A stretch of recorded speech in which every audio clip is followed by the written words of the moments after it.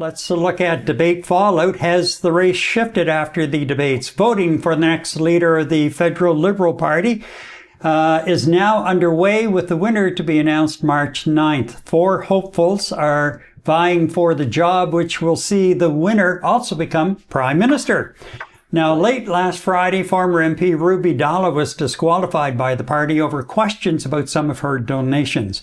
That left former Bank of Canada and Bank of England Governor Mark Carney, former Deputy Prime Minister and Finance Minister Chrystia Freeland, former Government House Leader Karina Gould, and Montreal businessman and former MP Frank Baylis, all vying for the title. All 4 took part in a French debate on Monday and an English debate last night. Now, the debates were low-key in nature, with no hard blows delivered, other than a few direct jabs at Conservative leader Pierre Poilievre. Dealing with U.S. President Trump and his threatened trade tariffs was a focus in both debates. Frank Baylis says he will call Trump's. So, first of all, I don't take him at his word. He said March 4th, but I would expect him to hit us beforehand, and I expect him to hit us again. What he's going to do is look at industries where he has overcapacity in the United States, because he'll be thinking that's going to hurt the American economy the least, I should say. So where I'm going to be looking at softwood lumber, and I'm going to be looking at dairy as the next 2 industries he's going to attack. And what we're going to be doing is supporting those industries completely. We're not going to let him take our jobs away, and we're going to be putting into place very intelligent counter tariffs. And then we're going to be waiting. And we're going to be waiting. Because he's not going to stop until he gets the lesson that he can't get away with this. Then what I am going to do is, as I said, I will go down and meet with President Sheinbaum of Mexico, come together with her and say, listen, let's hold the fort together. Let's call him on his 25% tariff bluff. Let's just call it. Tell him, do it. And let's take everything that he already took from us off the table. And Chrystia Freeland negotiated a new trade agreement with the U.S. and Mexico during Trump's first term in office, and she is talking tough. My first move is dollar for dollar retaliation, and let me be very clear with President Trump. If I am Prime Minister, I will not flinch. We will retaliate. If you hit us, we will hit back. We are going to have a targeted retaliation that exerts maximum pain in the U.S. and does minimum harm to us. We're going to hit Trump's best friends. I will impose a 100% tariff on Teslas. I'm going to hit Wisconsin dairy. I'm going to hit Florida orange juice. And you are going to see a stock market reaction. You're going to see people like the American Farm Bureau complaining about the Canadian potash they need that costs more. And that reaction, that pain, will cause Trump ultimately to back down, just like he did last time. Now, Mark Carney, the perceived front-runner, used the opportunity to take a shot at Conservative leader Pierre Poilievre. We will never, ever be part of the United States in any way, shape, or form. We have to recognize that the Donald Trump of today is different than the Donald Trump of several years ago. Then his objective was to take more of our market. Now he wants to take our country. Let me finish by pointing out one other thing. Who's the worst person to stand up to Donald Trump? It's Pierre Poilievre. He worships the man. He uses his language. He's not the right person for our country at this crucial time. And Karina Gould says she will spare nothing to protect Canadian jobs and sovereignty. We have things the U.S. wants, and we're not afraid to use them. And if that means that Americans are going to see increased prices or American industries are going to suffer, we will make sure that we put everything on the table as Canada, because our sovereignty, our economy, our jobs are non-negotiable. Now, there was one point where it almost appeared to be a debate, and that was between Gould and Carney. She questioned Carney on what he would protect in any negotiations. One thing that I would like to ask Mr. Carney, because yesterday he made some mentions of sectors that he would protect over others. And I think what is really important is to understand which sectors you're willing to protect, but which sectors you would negotiate away. And that is something that I think as Canadians, we need to understand, because as Prime Minister, I'm not going to negotiate any of those sectors away. I'm going to stand up for people in every single province and territory, every single sector, to make sure that we protect Canadian jobs and protect our industries. In a negotiation, if there are things that should never enter into the negotiation, language, culture, our water, you make clear at the start of the negotiation that they are off the table. Second thing is that the other aspects, for example, our auto sector, I'll give an example, which is intimately and interconnected with the United States. We're going to negotiate around maintaining a good deal for our auto sector. But that is not the same as accepting a bad deal, Karina. And Eddie, it was very, very low key, very polite. I was watching Hannah Thibeault tonight on Power Play, and she moderated last night's debate. And she was saying that they were so polite. It was such a polite scene. People even raised their hands to be acknowledged instead of just sort of jumping in. Yeah. The great Canadian way, how much more milk and toast can you have? Yeah, you know what? Both you and I have been exposed to the last few American debates, and we're looking at the Canadian, a Liberal Party debate right now, okay? It's probably going to get a little more heated when they actually have the debate for the federal election, but I still will not expect it to come anywhere close to the entertainment quality and the name calling and the people bashing display that we have in American debates. So you know what? I think that's a great point for us as Canadians to bear witness to what the Liberal Party is trying to do. And you know what? With all the theatrics that go along with the U.S. debates, I caught glimpses of the French debate. I watched the English debate in its entirety, the recorded English debate. And you know what? Extremely informative. Myself as a Canadian, I think the people as well would be hard pressed to disagree that they didn't get some level of information that they were able to compare one candidate against the other without name calling and the embellishment and the theatrics. Very civil, very Canadian, good on them. They answered with respect. They answered with information and backing of information. And when asked a question on what they would do or how they would do it, they didn't just resort to name calling or what the predecessor did or did not do. They tried to lay their platform down. And, at the end of the day, you and I talked about this last week, Gary.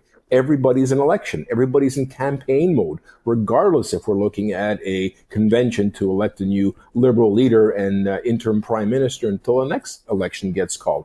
They are in campaign mode, and I think the way they presented themselves, every one of them presented themselves as how do you put it, prime ministerial, and I thought they did a pretty good job with that. I don't think there was one clear winner to the next.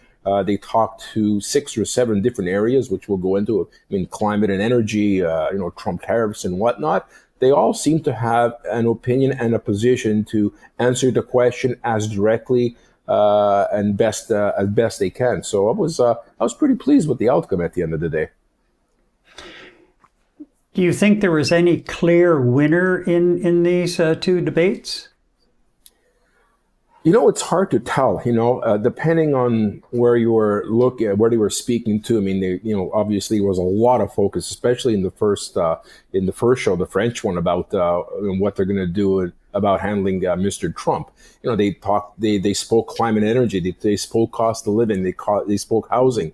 All of these things are extremely, extremely important to us. And the nice thing about it is they all had either a common agreement right across the board, complemented with maybe taking a different position and a different avenue to achieve that particular goal in terms of, resolving some of the housing crisis we're having in Canada. So I think there might have been a winner in each of the categories per se, but I don't think there was a clear-cut overall winner that can claim victory. And I was hard pressed to actually find something on the Canadian media where any candidate said that they were a clear-cut winner, right? I think they were being very cordial in terms of the respect of their colleagues, and they just basically solidified what they spoke about the night before and how passionate they are about becoming the leader of the Liberal Party and the next Prime Minister of Canada. If I was to give a lean in terms of who captured me, I thought that Carney captured my attention, and also to a large degree Frank Baylis. It's almost like he was a tactician, listening to what everybody else had to say and then planning his response accordingly, and good answers and good responses, especially when it came to his position on improving the cost of living. I thought he won that one quite handily, which to my surprise, I would have figured Chrystia Freeland would have been the winner on that. You look at how they were going to deal with Mr. Trump and his cohorts. Chrystia Freeland was very, very firm and presented a very, very heavy-handed approach, take no prisoners discussions with Trump. And you know what? Rightly so. She was the godmother of the Kuzma Pact that we have in place today, that the United States essentially threw in the garbage, and something that Mr. Trump said towards the end of his term, what kind of a fantastic deal this was, which unfortunately is no longer a fantastic deal for him. And I think also Carney's position on dealing with Trump. So it all depends on what the subject was, but yeah, I think Mr. Carney and Frank Baylis kind of were up there in my list.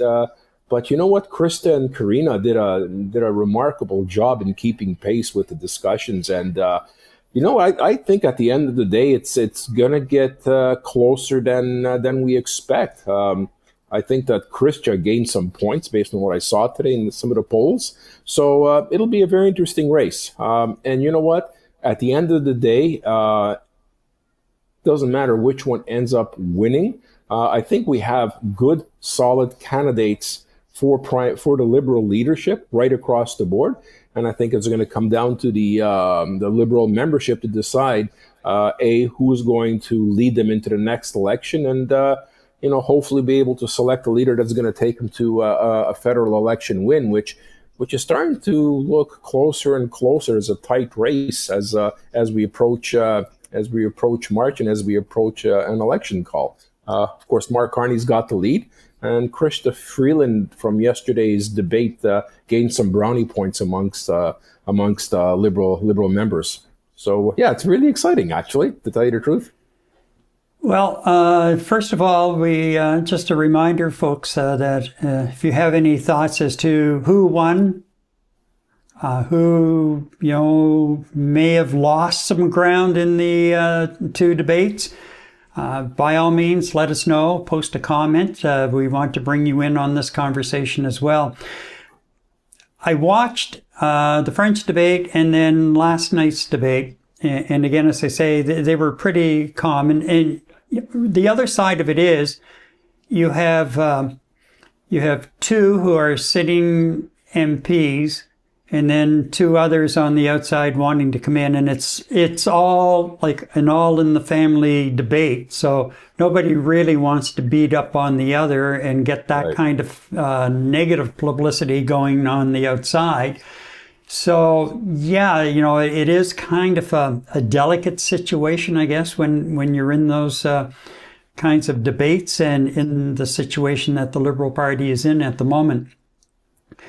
I was frankly somewhat disappointed with Mark Carney's performance. Certainly, he's not this is his first venture into politics, but also this is the same man who has given all kinds of speeches all over the world on monetary issues. He didn't look really comfortable. He looked to be a bit out of his element.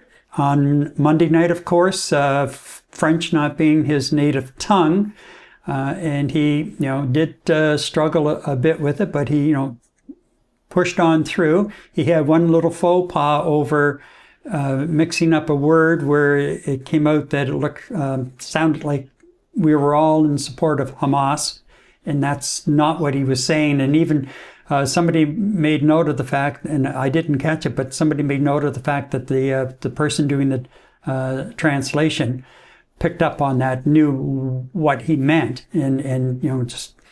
But there, it really didn't gain any traction. The Conservatives tried to make something out of it, but they fell flat in their face, and rightly so. I mean, it was an honest mistake. And what's interesting too, Gary, if I might interrupt, if I'm not mistaken, I mean, how Canadian is this? Here is his opposition in Krista Freeland. She actually caught it with the moderator and allowed him to correct himself.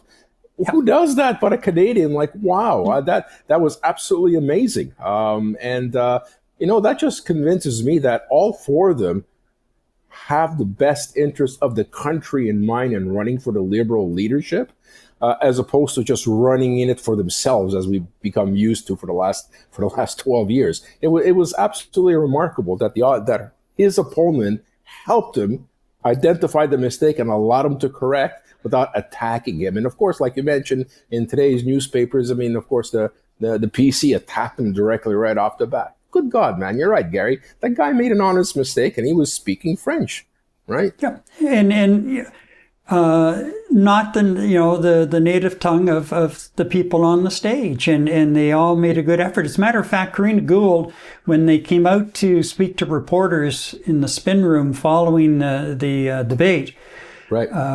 One of the reporters asked her about her French, and she just came back and said, "Look, I know it's not perfect, but I'm, using it every day." And she just looked and she said, "And I'm comfortable with it at the moment, but I am going to get better." So, and then she moved on. So I liked the spunk that she showed in that kind of a response. The other side of it is she very gently, it was really gentle when you look at debates we've watched from the U.S. Poked a couple of, as she says, her colleagues in both debates on their positions and trying to draw them out a bit more as to what it was they were saying. She really seemed to have a level of confidence, and again that communication skill that she has when she looks into the camera. At the camera, yeah. She really looks natural, and as I've said before, like she is actually, you feel like she's talking to you, and no one else but you. So she came through that way. Frank Baylis, from the first time I saw Frank Baylis, and I wasn't really familiar with him at all until he popped up one day on one of the supper time news shows and said, "Yeah, I'm probably going to take a run at the leadership."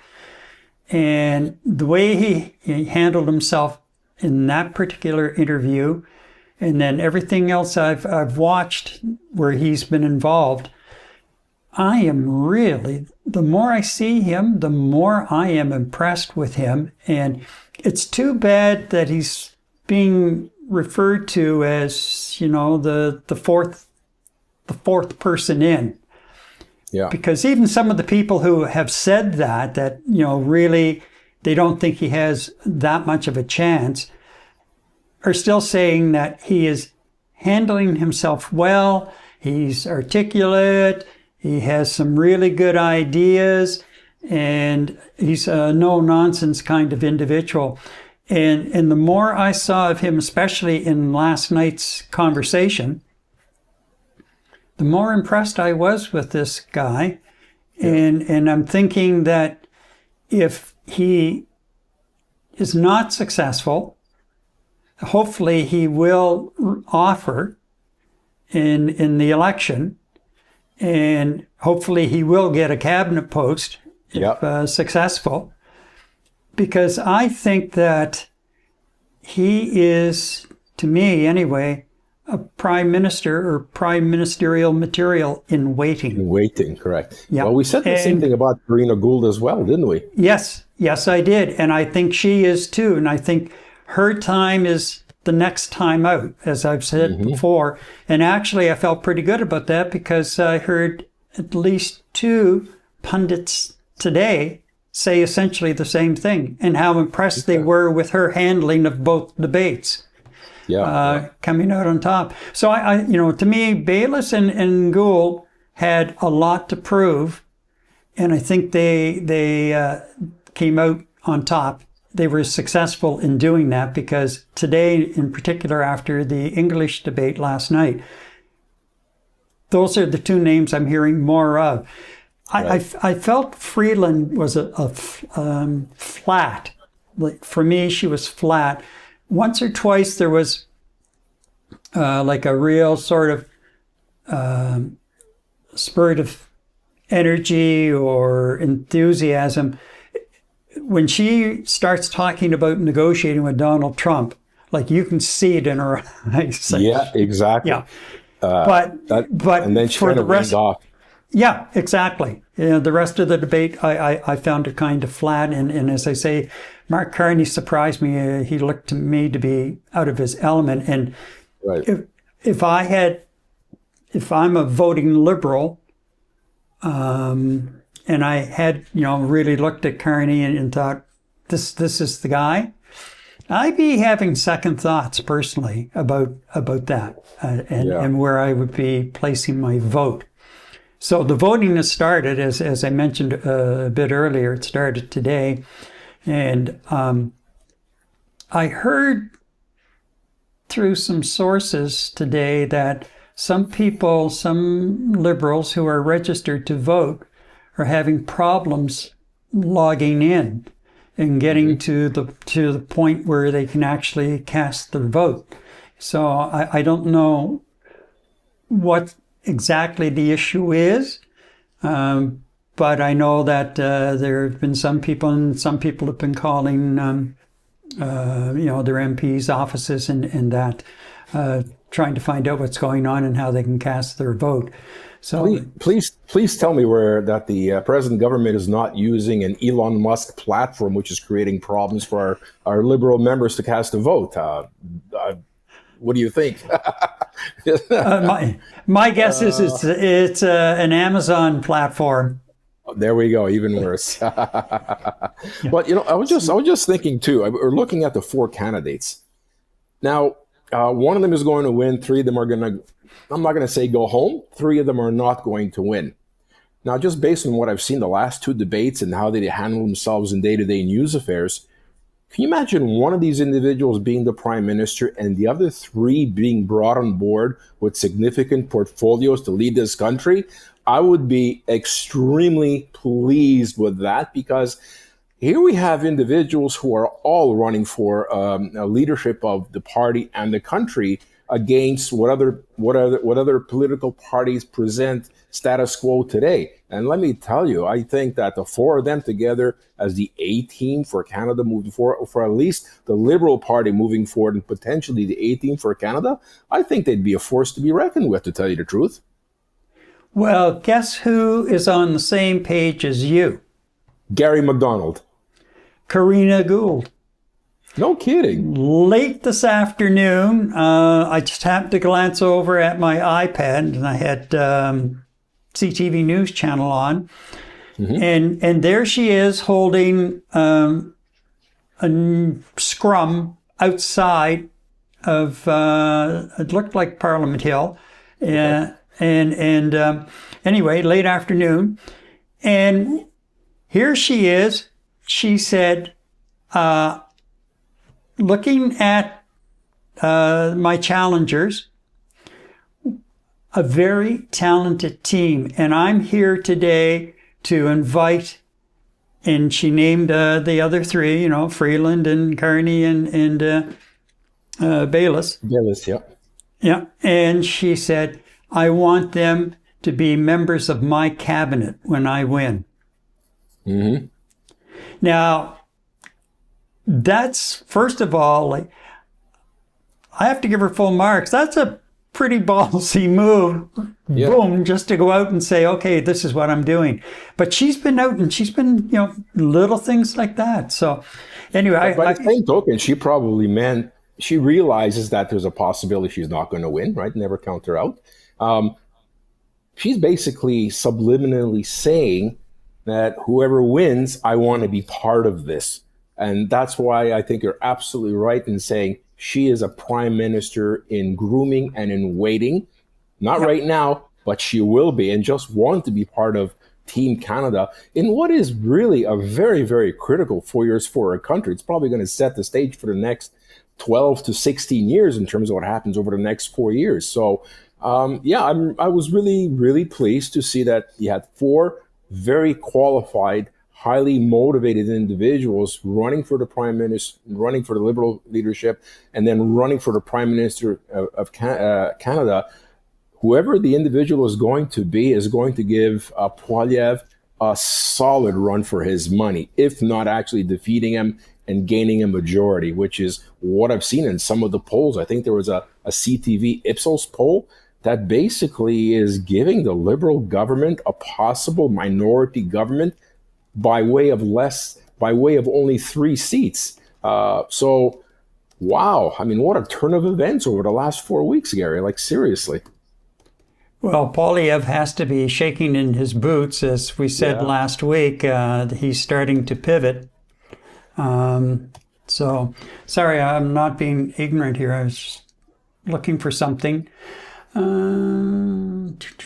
Because just to follow through on the conversation. Right.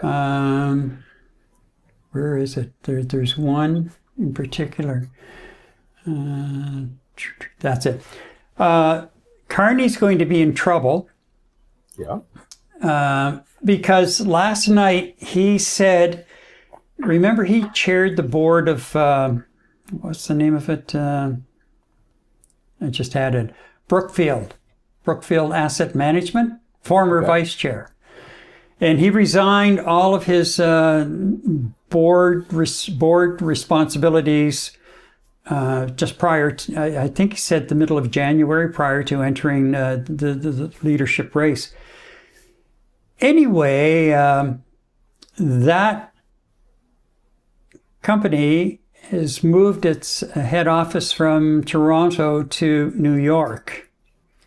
And the fact of the matter is, what's coming up here is, even though Carney said that happened after he had resigned, right, the whole thing was put in motion, and the board was unanimous in approving it. And apparently Carney sent a letter out to investors saying that the board had approved it, was unanimous, and that they're recommending the shareholders vote in favor.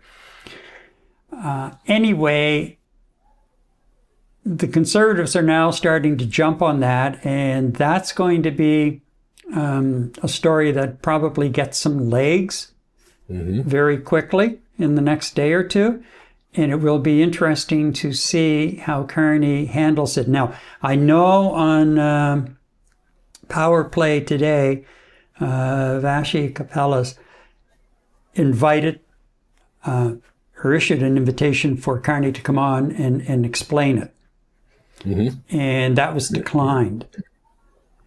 And the campaign issued a statement instead, and again, reiterated the fact that that happened after he left the board, even though she had a copy of the letter, apparently. And that, yes, the office per se is moving, but no employees were transferred from Toronto to New York. All of the Canadian employees are staying here, and they're maintaining their, Canadian presence in that respect, and that all taxes that are due or payable in Canada will be paid. So it's going to be interesting to see how Carney gets out in front of this. And I mean, this is just that's, one of the things that as a prime minister in particular, the leader of a party, and as a prime minister in particular, you're going to have to be ready to deal with at any time, whether the information on the other side is true, partially true, or false. However, the thing of it is, in politics, it must not only be right, but it must be perceived to be right. And perception is a bigger part of the game most of the time than, the actual situation. In other words, the old saying used to be, never let the facts get in the way of a good story. So it will be interesting to see how that shakes out.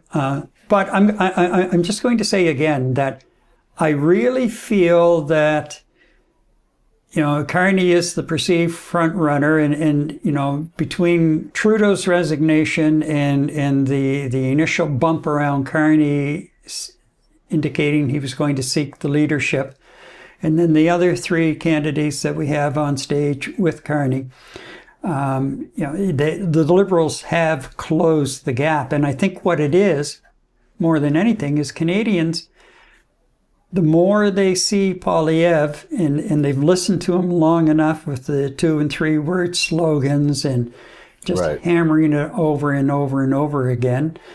I think Canadians are looking for something different, and that they feel a little more comfortable with the fact that Trudeau and his take on life is gone, and that's somebody that they can relate to a little better, and with business backgrounds and such, and political experience, then I think, that's where the swing is coming. And, Poilievre, I saw somebody on one of the social media platforms the other day, like Poilievre, like the conservative leader who blew a double-digit lead over the Liberals. And and the Liberal attack ad, they really pulled the gloves off, and it's just, a Trump comment and a Poilievre echo, like common sense.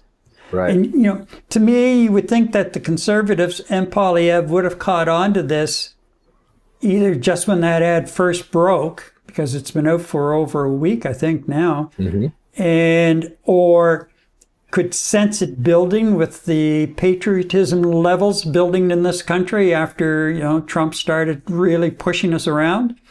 You would think they would have caught that and pivoted right away, and pivoted away from anything that might even remotely sound, smell, taste like Trump.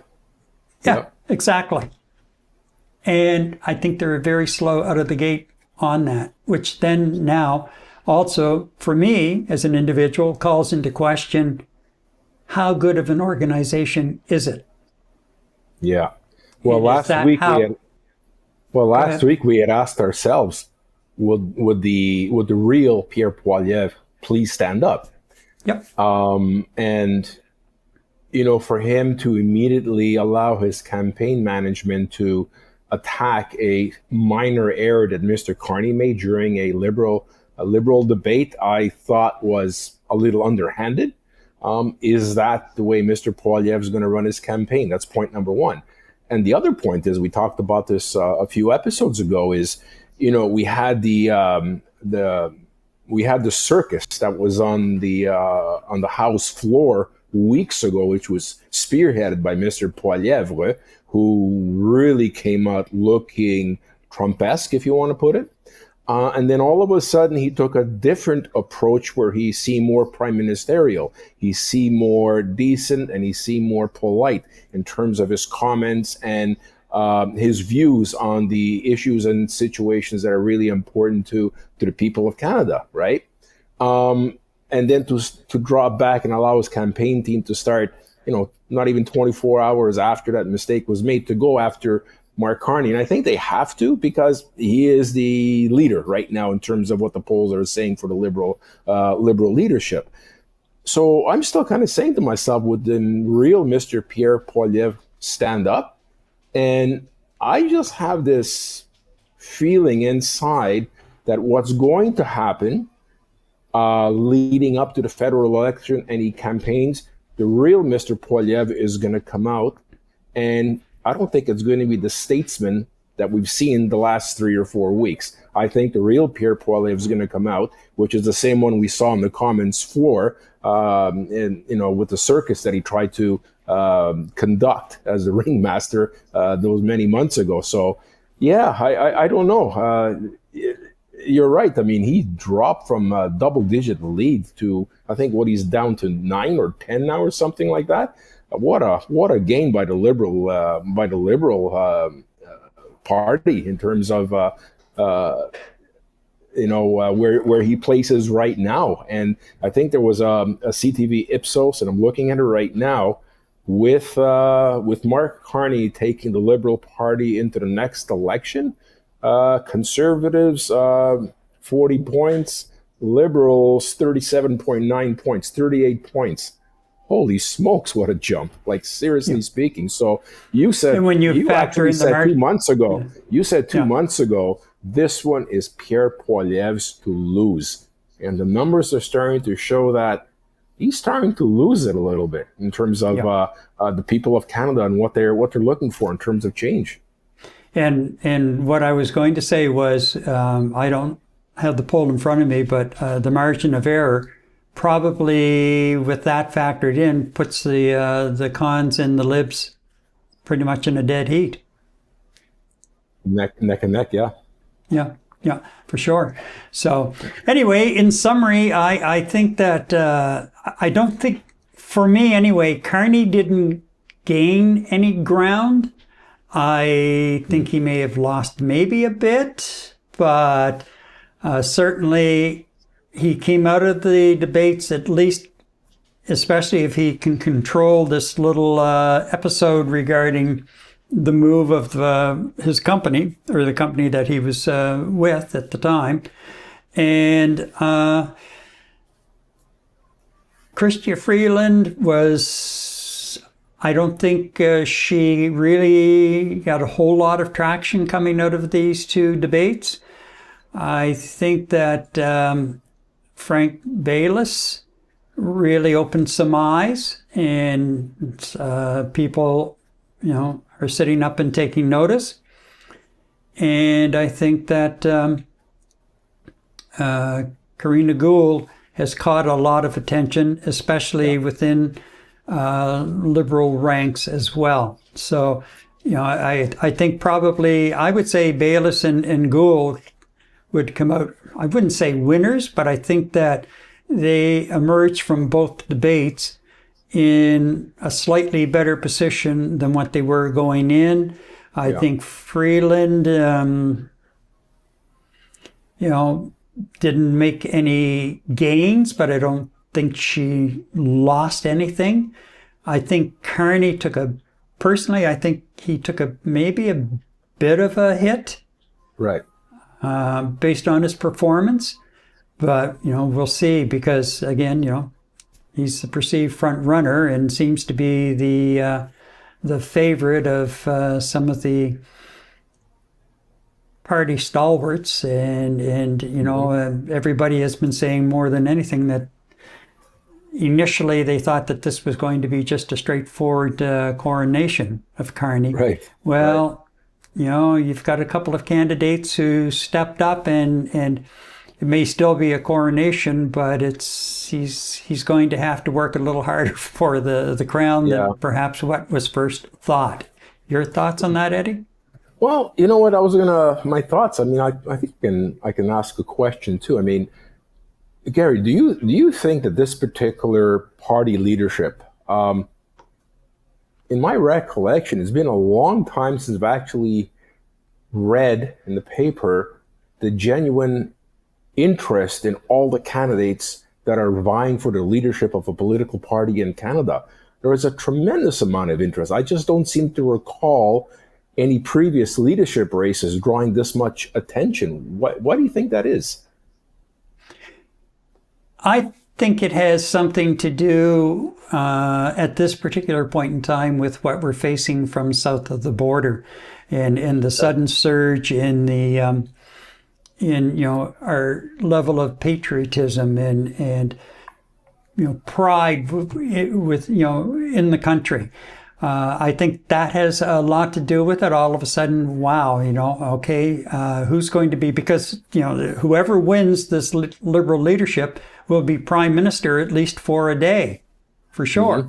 So right. This is our next leader of our government. So I think more people are starting to jump on board from that perspective as well. And it really, in some respects, as annoying and as frightening for a lot of people as it has been and will be, maybe Trump is doing this country a favor in waking us up to be much more patriotic, and that new sense of unity right across the country. Although Alberta now is kind of there's a movement in Alberta that kind of puts a bit of a dent in it, but overall, the level of unity and patriotism in this country probably has shot up 150%. Yeah. From the first of the year, or back in November when Trump first started making noises about tariffs and then Canada becoming a 51st state. So right. I think that's where a lot of that interest is coming from. And you know what? So be it. Whatever it takes, great. And now it's there. Let's keep it going. Yes, agreed.